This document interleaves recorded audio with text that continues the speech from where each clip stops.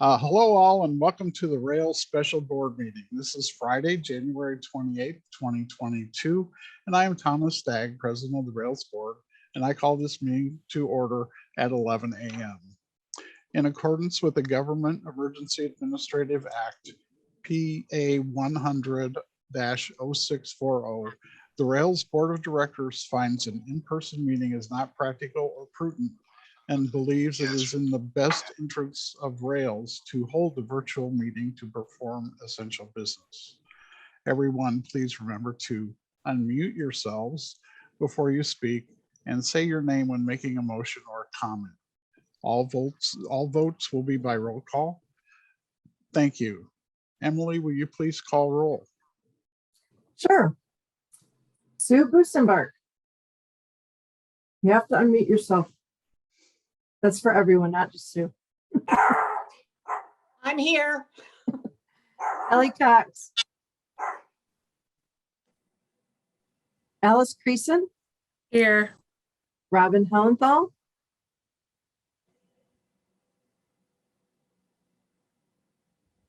I thought I let Robin in. Diane Hollister. Here. Chris Kenny. Here. Jennifer McIntosh. Here. Scott Poynton. Here. Becky Spratford. Here. Thomas Stagg. Here. Beth Teppen. Here. Monica Tolva. Here. Alex Vancina. Here. And Karen Wojcik. Here.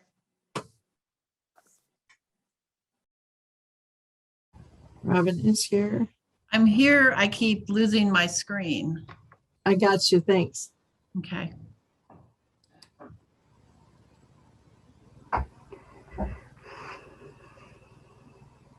And so we have a quorum. We do. Okay, thank you. And now on to recognition of guests and announcements. We will handle guest and public comments at the same time. Emily, will you read the name of the guests who are participating via Zoom? Yes. Deirdre Brennan, Emily Feister, Monica Harris, Mary Witt, Cindy Fessemeyer, Brian Hebel, Joe Philippek, Sharon Swanson, Biz Lindsay Ryan, Stacy Palmisano, Layla Heath, and who did I forget? Mark Hatch, Stephanie Chase. Did I get everyone? Did I miss anyone? Ann Slaughter.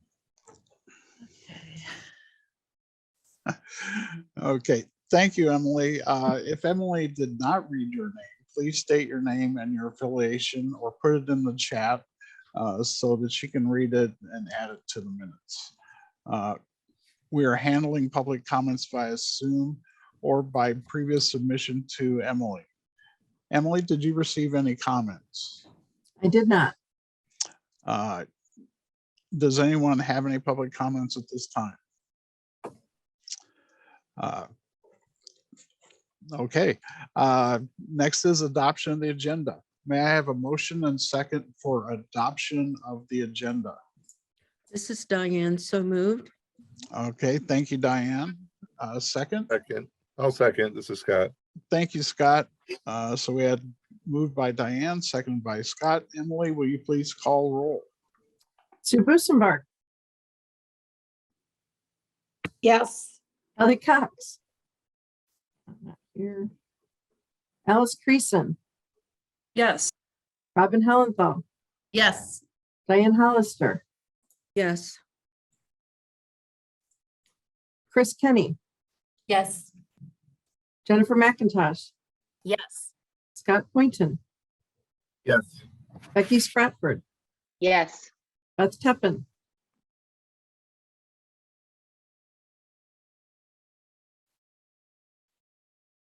Beth, Sorry, unmute myself. Yes.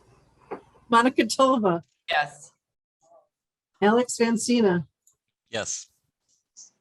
Karen Wojcik, Yes. and Thomas Stagg. Yes. And Haley is trying to join us. Okay. Thank you. I believe Monica is going to start the discussion on the strategic plan update. Monica? Thanks, Tom. I just want to welcome you all and thank you all for being here for this early meeting today. We're really excited to present a lot of this to you. This is, of course, many months of work that you all have done, as well as our steering committee and our members. And so we're really excited to have the opportunity to share this with you. Of course, Stephanie Chase and Cindy Fessemeyer are also joining us today to present their conclusions. I know you've had the chance in your packet to look at the executive summary, which really kind of covers the process. We're going to talk a little bit more about that today, as well as the draft plan, which we will definitely be talking about this morning, and then potentially into the afternoon. We also have the strategic plan on the agenda for the afternoon meeting. So if we want to move our discussion into that portion, we're also able to do that. So with that, I'm going to go, unless Deirdre, is there anything that you want to say about the process before we begin with Stephanie? No, I don't think so. Just that it's nice to see everybody again. It's been a while. I'm as I said in my memo, and as I've said before, I've been really pleased with the process, and we're, coming in, on time and under budget. So you can't do much better than that. So plus it's a great plan. So thank you. Thank you, Deirdre. So I'm going to go ahead and pass it on to Stephanie for some kind of opening remarks about the process. But again, thank you all for being here. Hello and good morning. It's so nice to see everyone, and thank you for being here to be part of this discussion. So I just want to, as we start, just let everybody know that this is a busy board meeting day for me today. So I have a board meeting following this meeting. So I'll be leaving at 10 of. When we planned this, we didn't necessarily plan that this meeting would take the whole hour for you, because as Monica pointed out, this is on your agenda for your afternoon meeting. So this is really an opportunity to hear from the staff at Rails, ask some questions about the process, share a little bit about what you're thinking, so that you could really be prepared as best as you would like to be able to for that afternoon meeting. So this is really, think of this as an opportunity for questions and for joyous celebration.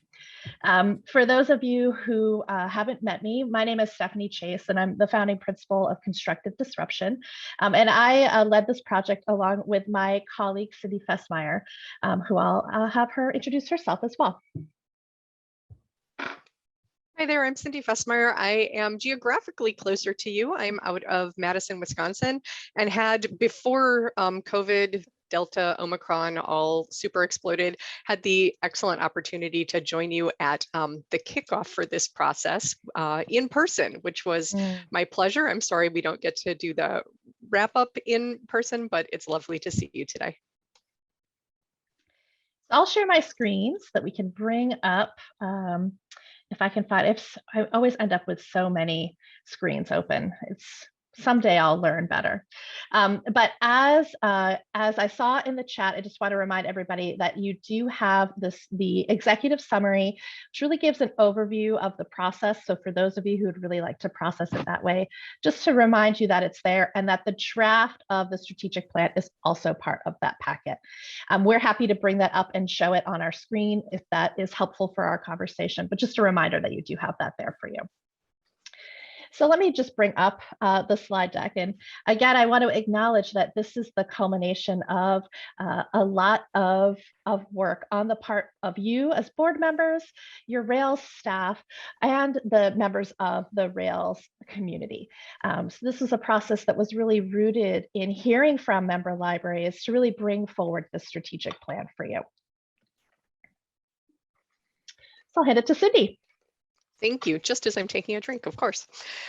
So just wanted to let you know what things looked like when we got started. And I know you all have been hearing updates along the way, but this is just going to be a quick overview of the whole process that we went through. So of course, we were able to build on your first 10 years as Rails and the successes in those times. The first couple of plans for Rails that brought you through those 10 years were really about setting up, getting going, envisioning what a like newly mandated organization like this would look like. And so it was a pleasure for Stephanie and I to be able to come in on your 10-year anniversary to help celebrate that, but then also to look at what comes next after that setup is in place. The train is on the track, the train is moving, it's showing up on time, but maybe adding a couple of stops.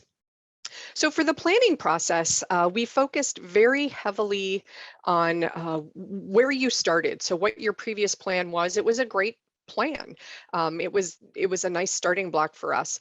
And then throughout our time working with Deidre and Monica and the steering committee and the rest of you, we really took the opportunity to spend a lot of time with staff and then with your members, and that participation was key to finding direction for the coming years for you. And it was nice that Rails saw that as a priority to make those connections. So Stephanie worked a lot on the staff side. I worked some with you on the board side, and then I worked quite significantly with the member side. We collected their impressions on what is needed for a successful future and what could be really cool for a successful future. I conducted, I want to say 6 focus groups, and that the special focus for that was on the folks who felt like they aren't always heavily represented. So that was the school libraries, the academics, the special libraries. Also met with you all in the board, and we did our own kind of engagement efforts, and also did one with the strategic planning steering committee. I had individual interviews with Leslie of Heartland, Diane of ILA, Greg from the State Library, and Anne from Carly to get their perspectives as well. And then pairing what we learned from those folks along with the sentiments that Stephanie was collecting, working with staff and the steering committee, I feel like we were able to shape some very robust and really well thought out goals for the coming years for not just not Rails itself, but also for the member libraries, and that these are important to them as well.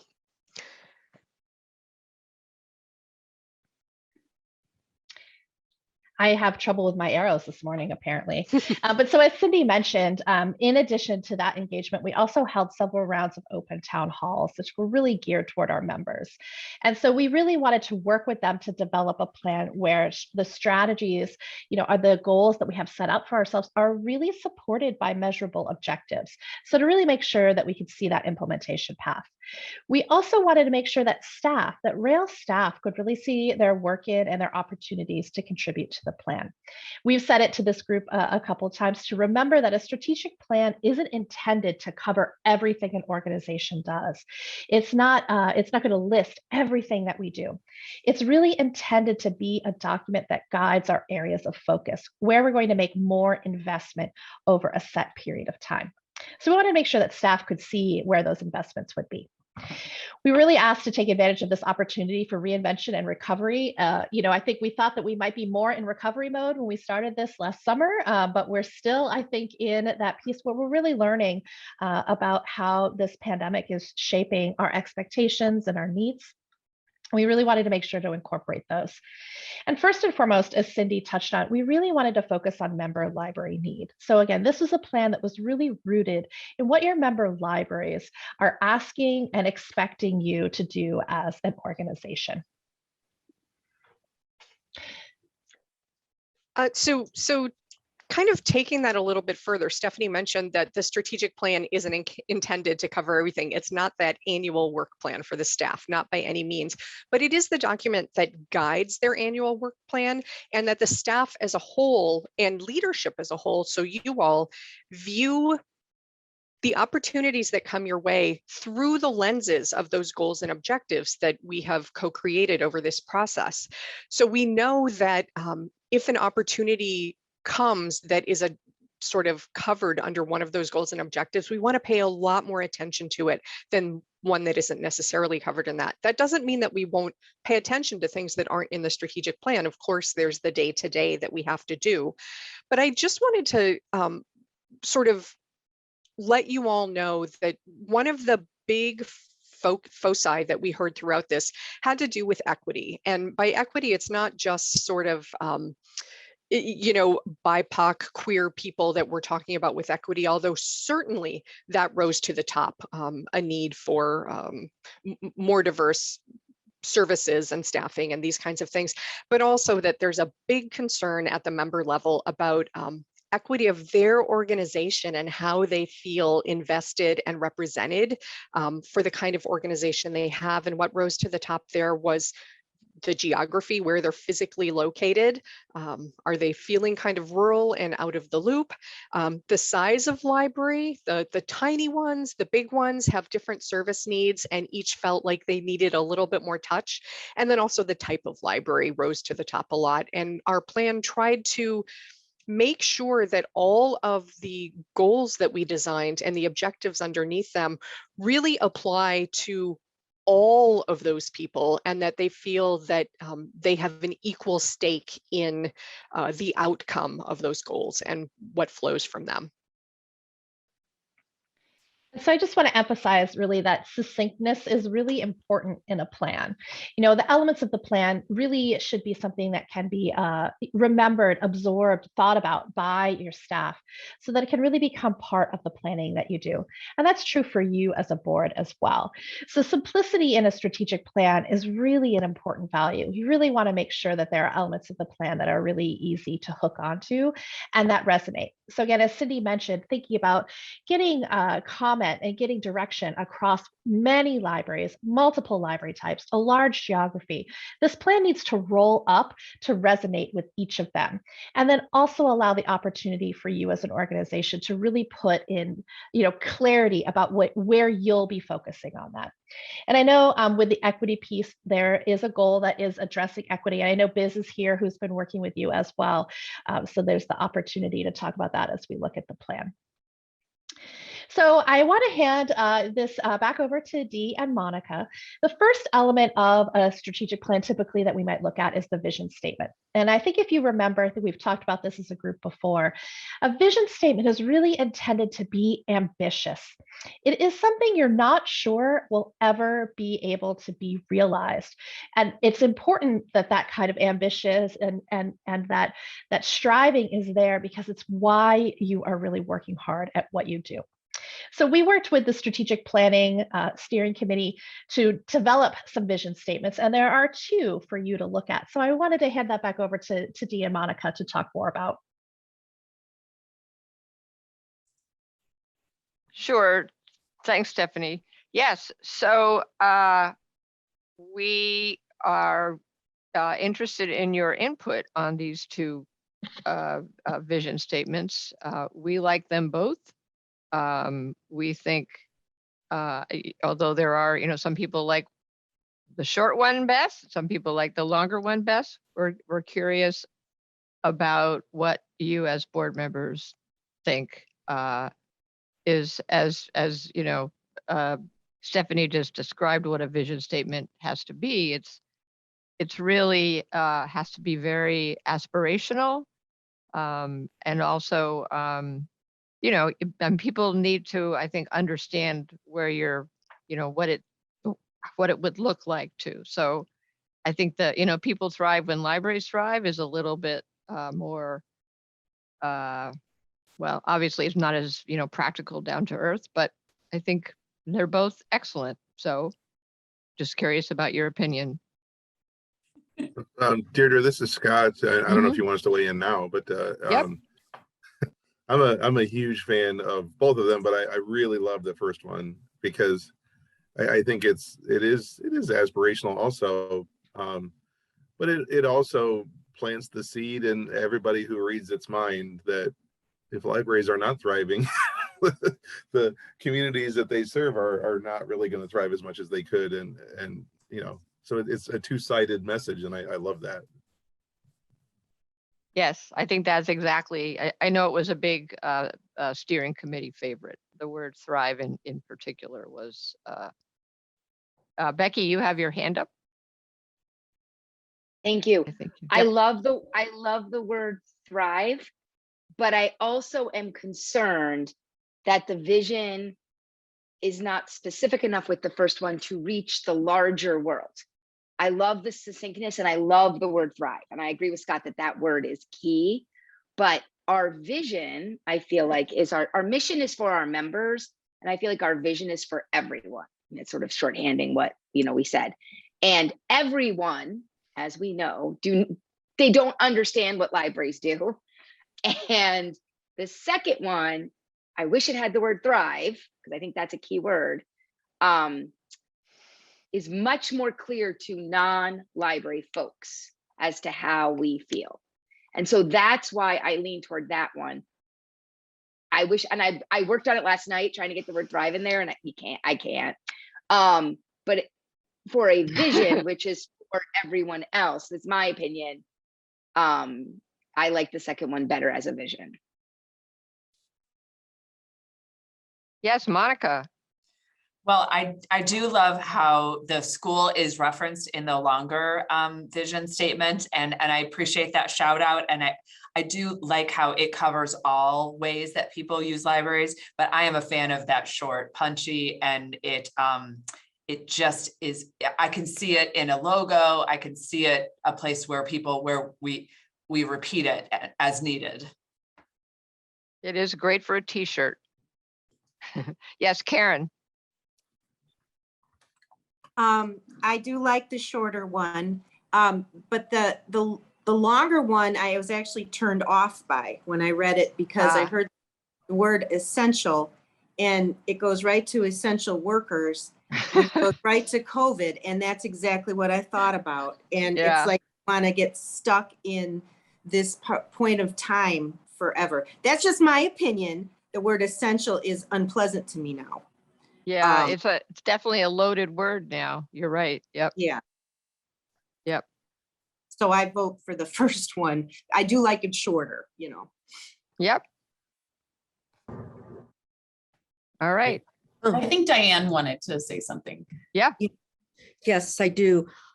I don't know how you feel about this, but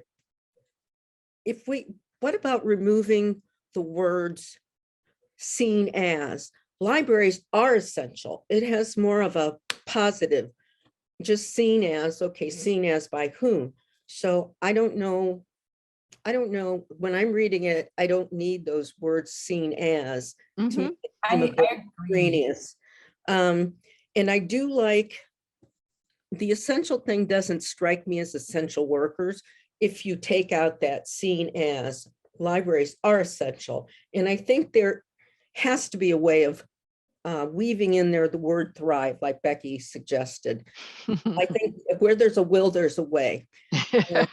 But I think it's good to put in about the schools, about everyone who, in the state of Illinois. I think that is embracing everyone in Illinois. Whereas the first one, I don't know, it's a little bit too vapid. Okay. So That's it. This is Chris, and I kind of like the first one myself, that people thrive when libraries thrive. But if we were going to go with the second one, I could see us doing kind of like what she was saying, but maybe like all libraries are vital to anyone in the state of Illinois, or, short and tighten it up a little bit. Mm-hmm. I agree. Because I feel like we're trying to say anyone, and you're saying everyone, because if they live in Illinois and then work and go to school, I mean, it does get a little redundant when you do that and a little wordy. So there's always, oh, sorry, go ahead. This is Scott again. I was just going to say, I do still prefer the first one, but I kind of agree with Diane and I forget who else was mentioning this part. When I read the seen as or are seen as, the negative whatever connection that it makes in my mind is, not to get political, but President Trump standing at a podium saying, people are saying, like and then the next thing out of his mouth would be something he made up. So that seen as thing, you're not telling people who is seeing it, and it's just I don't know, it's an assumption. So I don't love that part, but I think you can get the word thrive into the second one if we really wanted to do that. I think so. So Libraries- Jennifer's been, I'm sorry, ahead. Jennifer's been trying to, yes. Go ahead, Jennifer. Yeah, no, I had been kind of playing around with where thriving goes also. And I think if you remove all, then you can have thriving libraries, and describe libraries, include that there, thriving libraries. But I mean, that's the way to kind of fit the idea in there, I think. But I like the snappiness of the shorter sentence. But it's interesting, the construction of the sentence. It's interesting how, to me, that doesn't read like a. I'm not doing a very good job of explaining myself, maybe, but I feel like people thrive when libraries thrive. I'm missing the action. Like, what's the, no, I don't know. The construction of the sentence just doesn't seem like it's in the right order or something, the way when it's the other one, I can say like, this is what it looks like. Thriving libraries are essential. I can understand that. People thrive when libraries thrive. Okay. I'm babbling. But I was, the thriving libraries thing was the first thing I wanted to say, but. Okay. I was thinking, instead of having either or, and I know it might be verbose, but what about people thrive when libraries thrive at the very end of the second one? Can that be woven in? Because I think they're both good. If you go with the first one, I think it's just something would bounce and ricochet off of people's heads. I mean, I can understand the snappiness and the logo type, but could there be like a colon after Illinois, or I don't know. I think they can be woven together. Yeah, I think I'm hearing that you like them both. And okay, so Sue has her hand up and Robin too. So. Well, I was just going to say, and it got changed to the way I was thinking, changing the word anyone to all, and then who live, work, or go to school in Illinois. But then more has been added since that thought of mine. So, but I like how it's worded now to all who live, work, or go to school, rather than anyone who lives, works, or goes to school. So that was my comment. And I think I probably think the second one is a little more. I like the I like the last one there, but I'm sorry, Robin, you've been waiting a while. What would you, this is Well- very exciting, this conversation. I love it. Mine is a little bit of a rewrite on the two together. And it was kind of like, people who live, work, or go to school in the state of Illinois thrive when libraries thrive. Perfect. Bingo. So, because I do like the tightness of the lesser amount of words. Another option could be, instead of, the people who blah, blah, blah, blah, we could just say Illinois residents thrive when libraries thrive. Mm.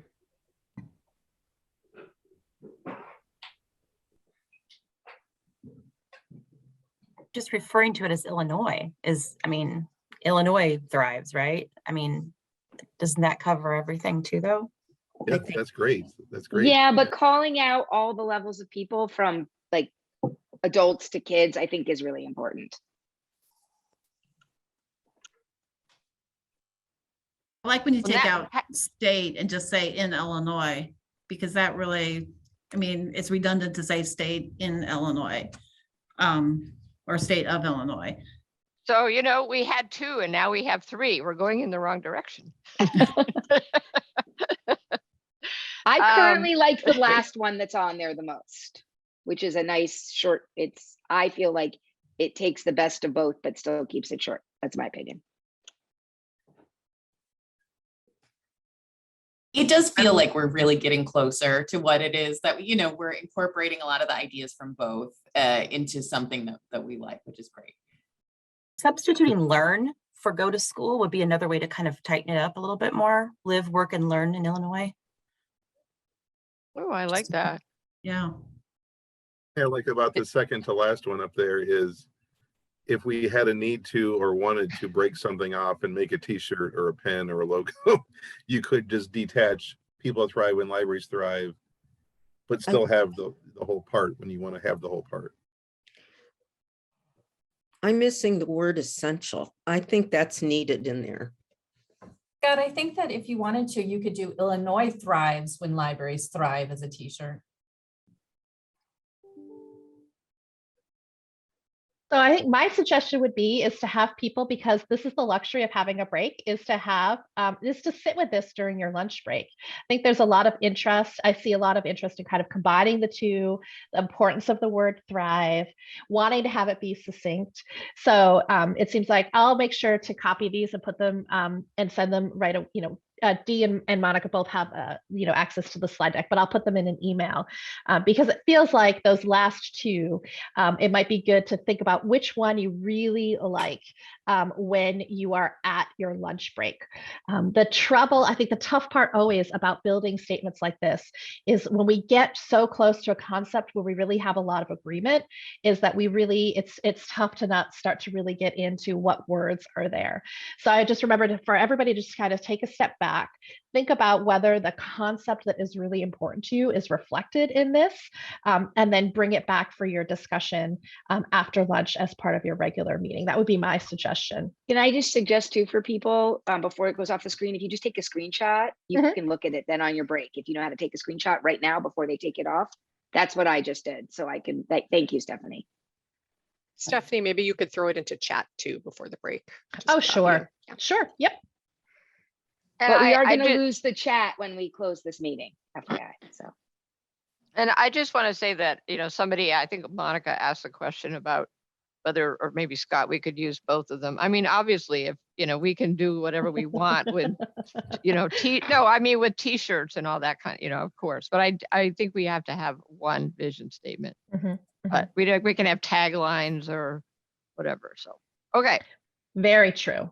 Yeah. So I think that was great. Thank you so much. I love when we get together again. You're so close to a concept, it really starts to coalesce. So I want to thank you for that. And then the next part, which I think we're all familiar with, there was a lot of agreement around this, so we're not going to spend very much time chatting about this. Just a reminder of the mission statement that was developed. Again, this was developed by your strategic plan steering committee, which included board members and staff. And a lot of interest, what I remember from the conversation from our last meeting when this came up, is there was just, again, a lot of support for the succinctness. I think when we brought it up with staff, how great this would look on the side of a truck as it was driving down the road. And again, when we think about the mission statement, a mission statement is really intended to describe what you as an organization can do to help make that vision a reality. So Rails is saying that their strength really lies in connecting libraries together, right? Again, to help the people of Illinois thrive, to help libraries thrive in Illinois. So they fit together as a piece to that. So again, thank you so much to the work of many members who came up with this great mission statement, which I believe had its original genesis even at a board meeting, and then was picked up by the steering committee. So, yep, that's absolutely correct. Great job. So I want to then touch base on the strategic goals. And so just a reminder that these are really the top most level of the plan. So as we mentioned, this is really where we're going to be focusing our efforts, but they're not the only thing that we're working on. So the four main priorities are really around equity work, ensuring sustainable resource sharing, preparing libraries to be future ready, and strengthening Rails as an organization itself in order to be able to really support that strengthening, that thriving of the overall library community. And I want to again point out where we were really rooted this process in member contribution, that the language that you see here was not only drawn from member input, but was in many cases largely drafted from member input and really revised and confirmed by members through the steering committee. So Monica and Dee, you want to head it back over to you just to touch base on these high-level strategic goals. Well, yes. So these I think have been seen by you a lot. They've been seen, by the steering committee. I don't think there's interested in your comments, but I think they do capture very well what we heard from the members, the focus groups, etc.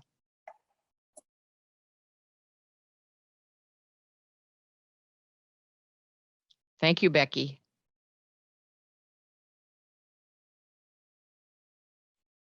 Yes, I'm happy with them too, and they're very,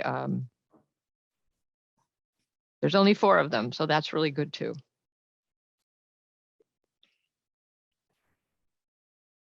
So I think we can always go back and touch on these a little bit. And again, you have your Rails staff here and you have Biz here if you have questions about some of what this might look like in reality. Or what's next. But we wanted to show you a little bit about what it can look like. So how does everything all fit together? So, and there's a question here, I think another question here for you all. Mm-hmm. So as we look at how, again, the different elements of a plan fit together, you know, our goals are what we're focusing on. It's how we're really bringing our mission to life, again, to keep striving toward that aspirational vision. And so the first goal, you know, is really highlights what is the critical work that you all do at Rails around resource sharing. So that for that first goal, Rails provides leadership in ensuring sustainable, equitable resource sharing for all member libraries. And then under each goal are a number of objectives that really help bring more shape to how that's really going to happen over the next set period of time. And then are also paired with a measurement that really helps make sure Rails continues to go in the right direction. And you'll remember when Cindy brought this up, that we were really looking at and one of the things that we did with members was to really ask them what their expectations were for Rails. So members really took the lead in shaping the direction that these measurements went. So I want to draw your attention to objective 2. So because there are 2 options here. And again, I'll hand it back over to Monica and to Dee to chat about this, because they're really looking, I think, for your thoughts about which objective resonates more with you. I'll come back to that just after I want to touch on the other 2 objectives that are part of this as well. So understanding that there's one objective that is really about the really important work that members feel Rails does, about sharing knowledges and best practices, the networking and the communications. All of these, especially during COVID, were really strong and very valued by Rails members. And then hopping over objective 2, we'll come right back to that, recognizing that other parts that, again, are really about making this goal successful are about Rails continuing to seek greater efficiencies and innovations and enhancements to delivery services. So understanding, again, as you're moving these resources around, as you're thinking about what the resources are that you're delivering to people, how do we continue to innovate?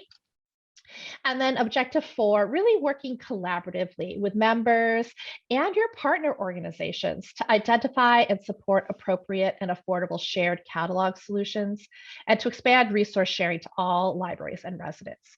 So that this goal is really touching on, you know, making sure we continue to innovate about how materials are getting to places, working collaboratively to make sure that that access happens, that we continue to share knowledge and best practices. And that second objective, that's really about purchasing power. So Dee and Monica, I'll turn it over to you so you can chat about that second objective. Right. I will give you my personal opinion on this one. I think that it's important to sort of call out economies of scale, because that's kind of the whole point of, or the whole benefit of resource sharing, really, or the main benefit of resource sharing.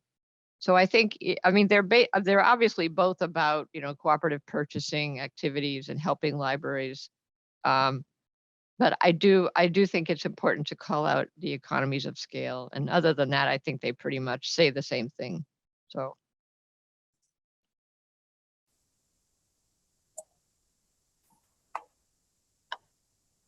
Can I say on this objective too, I dislike customers. I would rather say patrons, maybe, just to include all users. I mean, I certainly don't call, you know, my 14-year-old high school students customers. They're my patrons or my students. So just one word change maybe. And I'm a fan of patrons over customers, but I know that that's a sticking point. So users is also a term you can use so that we get Yeah. everybody involved. I would say users is probably a better term than I don't particularly like patron that much, but that's just, my public library past, I guess. I think patron doesn't necessarily resonate with your special library types as well. Right. Yeah, and having worked at a special library, I agree, users is much better. I like the construction of the second version better, particularly referencing economies of scale, because it puts a finer point on what the purpose of the agreements you're going to enter into is. Because I think there's a lot of opportunities to act as the purchasing agent, which is also of great benefit to members. And if that's a goal, then that should be clarified, but it will help you prioritize what arrangements you really seek out. There's a real benefit.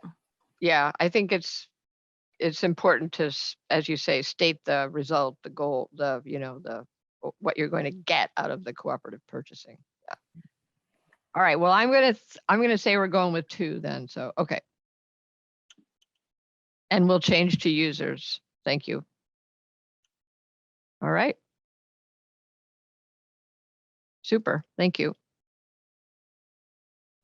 Great. So again, just a reminder that as you look at that draft strategic plan, each goal is paired with a number of objectives to really share what you're focusing on in these areas, and that those measurements are really drawn from the expectations of your member libraries. So we really worked with member libraries to see where they expected Rails to go. And the note that I'll just share about that is that member libraries in general are really looking to Rails to make an impact. So they really recognize that they want Rails to be working at a high level across libraries and on a long-term timeline. Very, very few of the goals in the plan did member libraries really feel like they needed to see kind of immediate action or numbers. And the exception would be some objectives where they really expected to see an investment of resource from Rails. So I just wanted to note that. Yes, and I would add in terms of the measurements that these are, these are examples, and Grant is already working on some more, I guess, specific metrics that will help us to in the measurement. But that kind of specificity really comes with our annual action plan, which of course we do every year. I mean, we would anyway for a strategic plan, but in particular because of our area and per capita grant that we submit and the operating plan that we submit, that's the time that we will get a lot more into the metrics. So I'm going to hand it back over. Oh, thank you. Sorry, Dee. No. So I'm going to hand it back over to Cindy so that we can spend the last bit of time again really thinking about your interest in looking forward. So again, during that break time, I would really encourage you again to give thought to the vision statement and make sure that you review that draft strategic plan so you can really have a conversation about the plan elements and be in preparation for approval at your next meeting. But so I'll hand it over to Cindy, and I'll leave this question on the screen while she does that, and then we'll come back and look at each other all face to face when she's done.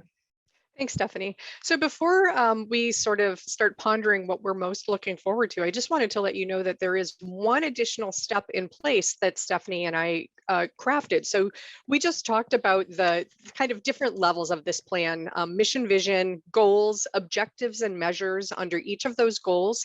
And then we went so far as to create a framework underneath that of our recommendation of sort of the first projects that Rails might prioritize in order to start achieving those objectives. So it's not a 1-year work plan, it's not a 3-year work plan, it's not a staff work plan, but it was sort of gleaning information from that quadrant exercise that we did when we talked about things that were resource heavy, time heavy, easy to achieve, hard to achieve, and the things that were easier to achieve are what populate that framework for the plan. And I'm sure Dee will share that with you as makes sense in the coming years as they pick away at some of those items on that framework.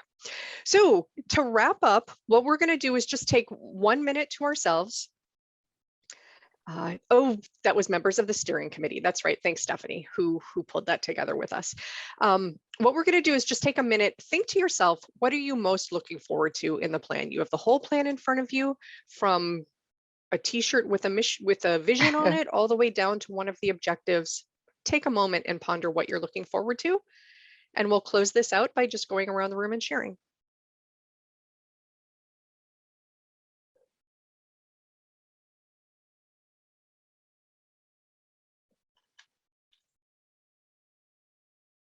Stephanie and Cindy, is this when you thought the executive team would share as well? Or do you think that it might be better to leave that for the afternoon discussion, given the time that we're at? I would leave that up to you, Dee, to manage the time. Okay. I do know that Stephanie's going to need to leave soon, but she can also stop screen sharing, and really we can just go back to seeing our faces. So Stephanie can just drop out when she needs to. And how about it, Dee, if we start with the board, and then if there's time, we can bring other voices in. That sounds great. Okay. So let's start that sharing. I'll leave it to folks at Rails to determine how that happens. I would suggest maybe just calling on people. And so you had a minute to think about it, and you're ready to very succinctly share what you are most looking forward to in the new plan. I don't know who will facilitate that sharing.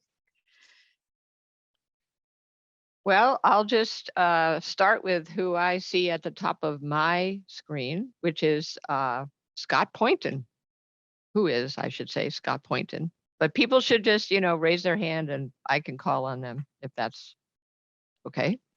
Okay, I'm happy to go first, I guess. I'm most looking forward to strategic goal number 3. This is the drum I've been beating for years, and I can't wait to see what we can do on that. Awesome. Who wants to go next? Go ahead, Diane. Thank you.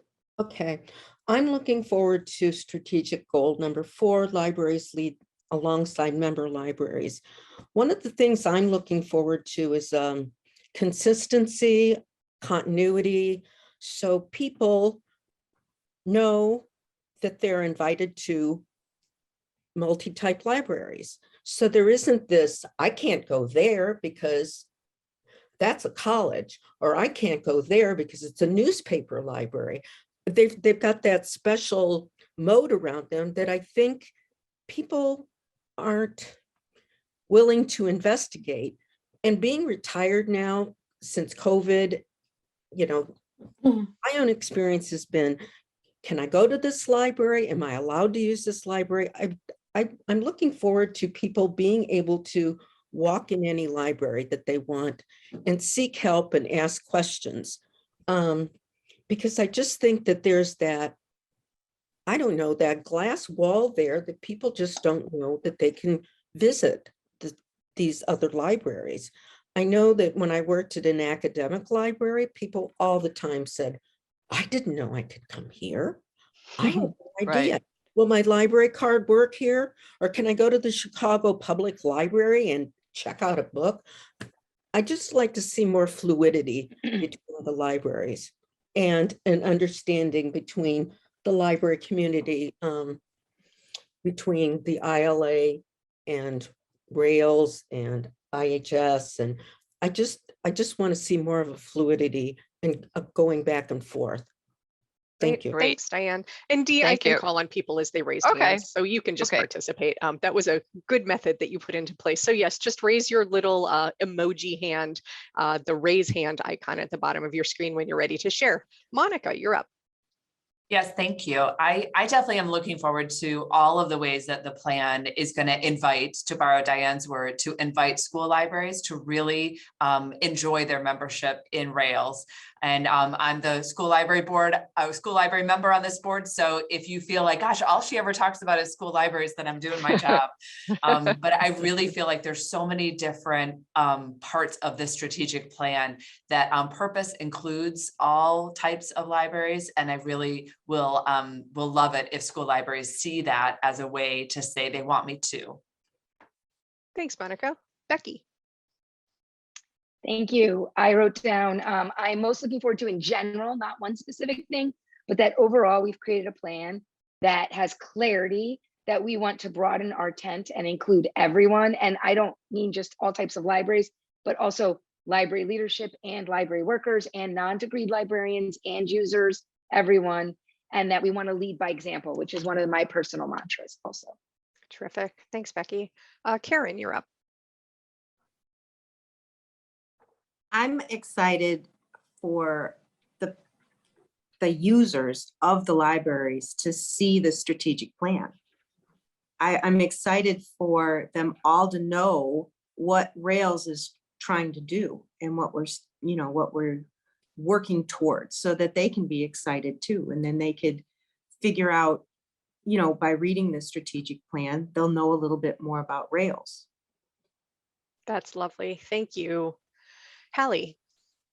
Hi, I just wanted to really second, third, fourth Diane's thoughts on I'm really looking forward to creating, especially with the goal number 4, the fluidity. And I love that word, Diane. That's exactly, you voiced what I was feeling. And the seamless passage of patrons between all different types of libraries. I think that is so crucial and something that we're continually working on. But I think the strategic plan will help push it further faster, I'm hoping, so people and patrons can work seamlessly together amongst all the library types. So that's what I'm most looking forward to. Further and faster. Yes. Alex. Hi. I think one of the things that resonated most with me was goal 3 related to helping members prepare for the future, and particularly the objective to help member libraries demonstrate their value to different stakeholders. And we've talked about how part of our vision will be helping people to see that when libraries thrive, communities thrive. And I think that starts at the local level. So helping our members to get that message out is going to be central to the whole plan. Thanks, Alex. Alice, you're up next. My high level comment is that I feel like this plan is it's a good combination of practical and aspirational. But I think I'm also echoing Alex and Scott in that I'm most kind of picking on goal number 3 as the one I'm most looking forward to prepare libraries for the future. Looking forward to being future ready. I love that. We're just looking forward. Jennifer, you're up next. Yes, the risk of being a ditto head, I feel like number 4 is probably an opportunity for, there's just a lot for, I think, academic libraries, all libraries. I feel like it's something that academic libraries will benefit a lot from Rails focusing in the area. But the other thing I'd say is I like how this document, I think, really has a space to grow over time. I think it's going to really do a really great job of supporting annual action planning. It's just, the possibilities are very fluid. You use that word again. I can see it adapting to the moment that we can't anticipate. That's the hallmark of our time. So I think we did a great job of making a resilient plan. Thank you. Beth, you're up. I feel like the number 1 goal, strategic number 1, just speaks to me about all the things that are so important to our member libraries and our patrons at the end of the day. The greater efficiencies, innovations, and enhancements, that's going to impact everybody in a positive way, and is going to probably cause some concern. So we really need to sell the benefits, the positive aspects of the outcomes there. But overall, it's going to benefit us all because we're doing it more efficiently. Thanks, Beth. Susan, you're next. I like the conciseness of the plan. The former plan was good, but I always felt like I got so bogged down in reading through all the objectives and everything that was going to go along with the objectives. And I think all of the objectives that have been formed in this new plan are going to really move Rails and the users into the future and make it just maybe much easier for everybody to understand and to go forward. Thanks, Susan. I have Chris and then Robin, and then we'll wrap up with Tom. Yeah, I don't think there's anything I don't really like about the strategic plan. I think it's really succinct and it really speaks about what Rails does. My goal is the first goal. I bought databases for like 15 years. And so that one's really close to my heart. I love the words sustainable and equitable, because we want libraries to be sustainable into the future, but we want them to be equitable. And I think that's one of the things I learned over the years. I worked at really small libraries and really big libraries. And that idea of giving something that everybody has access to is really important to me, that just because you live in a lower income area doesn't mean that you shouldn't have the same resources as somebody else in a more wealthy area. So that's my goal. Thanks, Chris. Robin. You're muted. Okay, fine. I'm excited about all the goals, because like everybody has said so far, they are really something that, I mean, speaks to all the different types of libraries that we work with.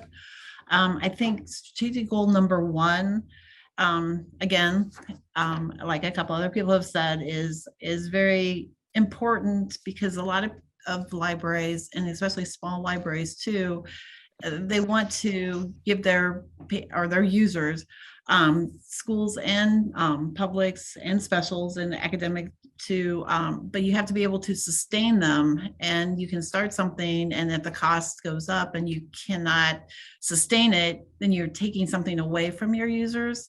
And that's just not a good thing. So by working together so that it can be sustainable, it will be, a better for our users. So in strategic goal one, I think it's going to be a really important one. Thanks, Robin. And Tom, why don't you bring us home? Okay, I'm strategic goal number 4.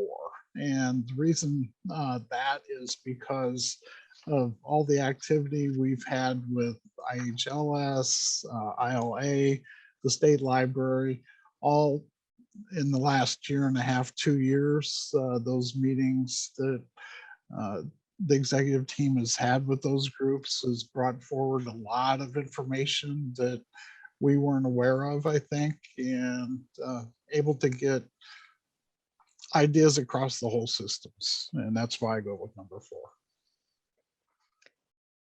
Great, thanks. So I think beyond that, Dee, you'll want to carry round robins into the next part of your meeting, so we have our question answered for us. That's really it for us. I will take a beat to see if anyone has any questions as we wrap up this morning. Probably everybody just wants to get to lunch, right? So as we're signing off, I do really wholeheartedly, on behalf of Stephanie, who had to leave a little bit early, and myself, I thank you so much for giving so much of your time, creativity, and effort to this process. I think you choosing to invest in a very process-heavy planning routine is going to pay dividends for you for years to come. And you know that this plan is heavily influenced by your members, by your people. And I'm really excited to hear what comes next. Thanks for having us. Well, thank you. And yes, everybody enjoy lunch, and members of the executive team, if you are available this afternoon and want to gives a little bit of your own perspective on the plan, you are more than welcome to, but I understand completely that you may be otherwise occupied. So there will be other opportunities in the future, I'm sure. So it's completely up to you. Okay. Anything else? Well, we do not have a next meeting for the strategic plan scheduled. I think that's probably going to be determined on what happens in the meeting this afternoon. That is true.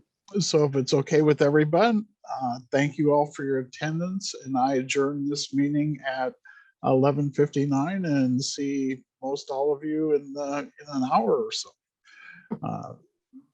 Thanks, everybody. It's a great Thank meeting. you. Really great.